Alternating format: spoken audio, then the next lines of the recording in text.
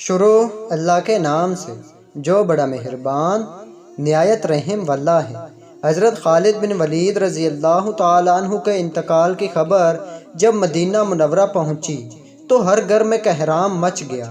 جب حضرت خالد بن ولید رضی اللہ تعالیٰ عنہ کو قبر میں اتارا جا رہا تھا تو لوگوں نے یہ دیکھا کہ آپ رضی اللہ تعالیٰ عنہ کا گھوڑا اشجر جس پر بیٹھ کے آپ نے تمام جنگیں لڑی وہ بھی آنسو بہا رہا تھا۔ حضرت خالد بن ولید رضی اللہ تعالیٰ عنہ کے ترکے میں صرف ہتھیار، تلواریں، خنجر اور نیزے تھے۔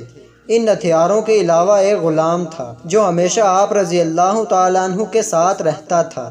اللہ جل شان کی یہ تلوار جس نے دو عظیم سلطنتوں روم اور ایران کے چراغ بجھائے، وفات کے بعد ان کے پاس کچھ بھی نہ تھا۔ آپ رضی اللہ تعالیٰ عنہ نے جو کچھ بھی کمایا وہ اللہ جل شان کی راہ میں خرچ کر دیا، ساری زندگی میدان جنگ میں گزار دی۔ صحابہ رضی اللہ تعالیٰ عنہ نے گواہی دی کہ ان کی موجودگی میں ہم نے شام اور عراق میں کوئی بھی جمعہ ایسا نہیں پڑھا جس سے پہلے ہم ایک شہر فتح نہ کر چکے ہوں، یعنی ہر دو جمعوں کے درمیانی دنوں میں ایک شہر ضرور فتح ہوتا تھا۔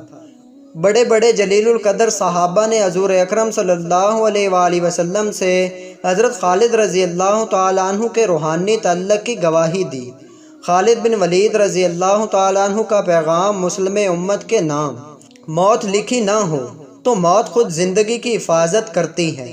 جب موت مقدر ہو تو زندگی دوڑتی ہوئی موت سے لپٹ جاتی ہے۔